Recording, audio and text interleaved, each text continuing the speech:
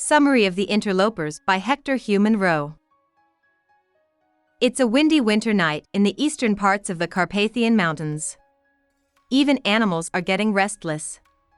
Rich farmer Ulrich von Gradwitz walks around with a gun in his hand along a narrow strip at the edge of his large forest property.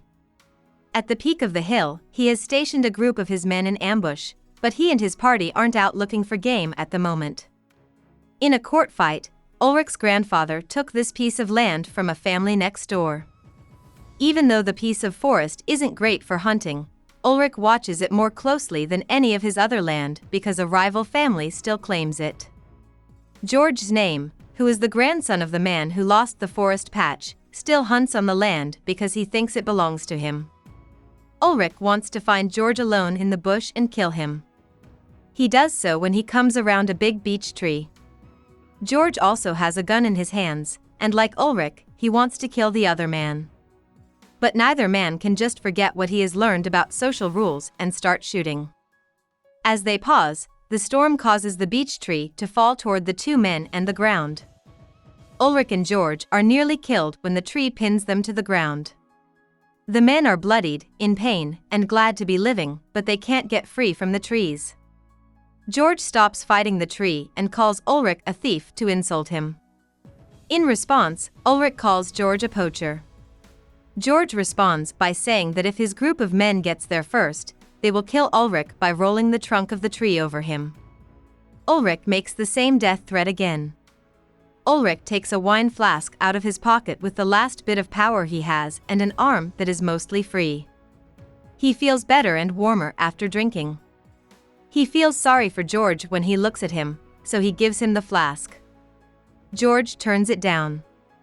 Ulrich's pain and exhaustion make him feel like he doesn't hate Georg as much as he used to. He tells Georg that if his men are the first to arrive, he will tell them to save Georg instead of killing him if they are the first to arrive. Ulrich now thinks that there are more important things in life than borders. He tells them to stop fighting, and then asks Georg to be his friend. Ulrich thinks Georg might have passed out from pain because he takes so long to answer. But then, Georg says out loud what he thinks would happen if they stopped fighting. He thinks it would bring peace not just to the two men, but to everyone they know who is a forester. Georg says that he used to hate Ulrich, but now he doesn't. He agrees to be his friend. The men still hope that their group will be the first to arrive, but now they want their men to save their old foe instead of killing him. When the wind stops blowing for a moment, Ulrich and Georg decide to call for help together. They send a call to hunters through the forest. Ulrich starts to cry with happiness when he sees people coming through the trees and down the mountain where he left his men. The math works out. Ulrich and Georg are curious about who the group of guys is. Georg figures out that there are more of them than his team. He asks Ulrich over and over again if they are his men. Ulrich says no and laughs out of fear.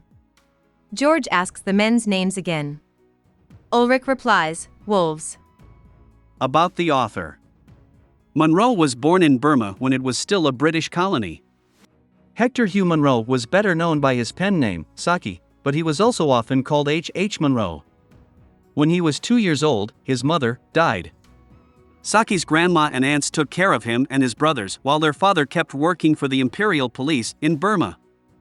After going to a good boarding school, Saki, like his father before him, joined the colonial Burmese military police and was sent to Burma. After 2 years, Saki got malaria, so he went back to England. He started out as a writer, writing with a sarcastic sense of humor that was critical of Edwardian British society. This sense of humor is also present in his stories. Saki went on to work as a foreign reporter in the Balkans and Russia, an author and a short story writer. He never got married, so he might have been gay, but the politics of the time would have made him keep this a secret. Saki was 44 years old when World War I began, which was much older than the minimum age to join.